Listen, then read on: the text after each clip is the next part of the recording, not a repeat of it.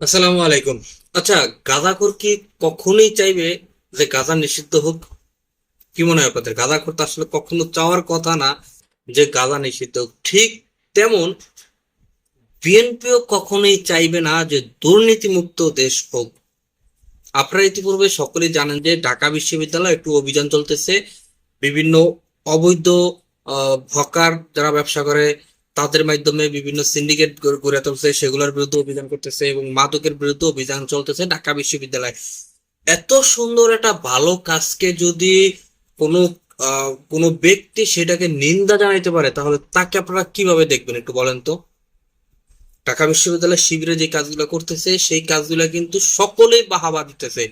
সেই ভালো কাজগুলা যদি আপনি নিন্দা জানান এবং সেটার সমর্থক না করে সেটার বিরোধিতা করেন, তাহলে আপনাকে কি বলা উচিত একটু বলেন প্লিজ। একটু কমেন্ট করে বলে যান। তো বিষয় হচ্ছে আমাদের অন্যতম এক আদুবাইয়ের ভাই কদুবাই, আহ ছাত্র দলের সাধারণ সম্পাদক নাসির উদ্দিন, তিনি একটা মন্তব্য করছেন যে ঢাকা বিশ্ববিদ্যালয়ে যেগুলো চলতেছে এগুলার বিরুদ্ধে তীব্র নিন্দা প্রতিবাদ জানান। আপনি স্ক্রিনে দেখতেছেন, স্ক্রিনে একটু দেখেন ভিডিওটা, স্ক্রিনশটটা একটু দেখেন। তো ওনাদের দ্বারা রাষ্ট্রের কি এমন ভালো মানে তাদের থেকে ভালোটা কি আশা করতে পারেন বলেন।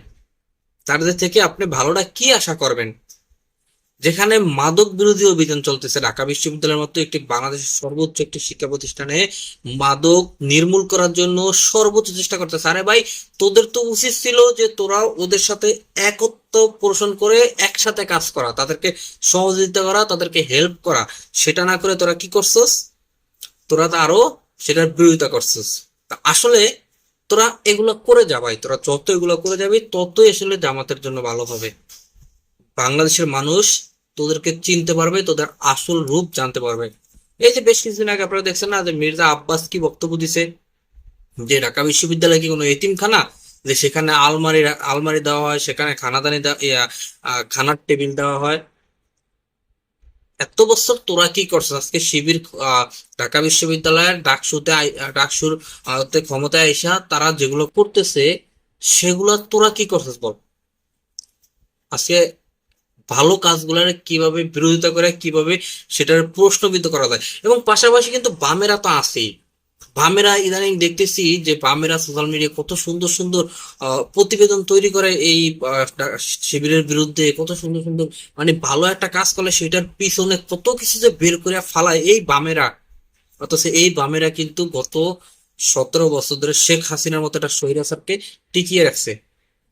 একটা দিক দেখান বামেদের, যেখানে বাংলাদেশের 95% মুসলমান হয়েও বাকি 5% হিন্দু, বৌদ্ধ, খ্রিস্টান, অন্যান্য ধর্ম সহ কিছু নাস্তিক আছে, কিছু বাম আছে।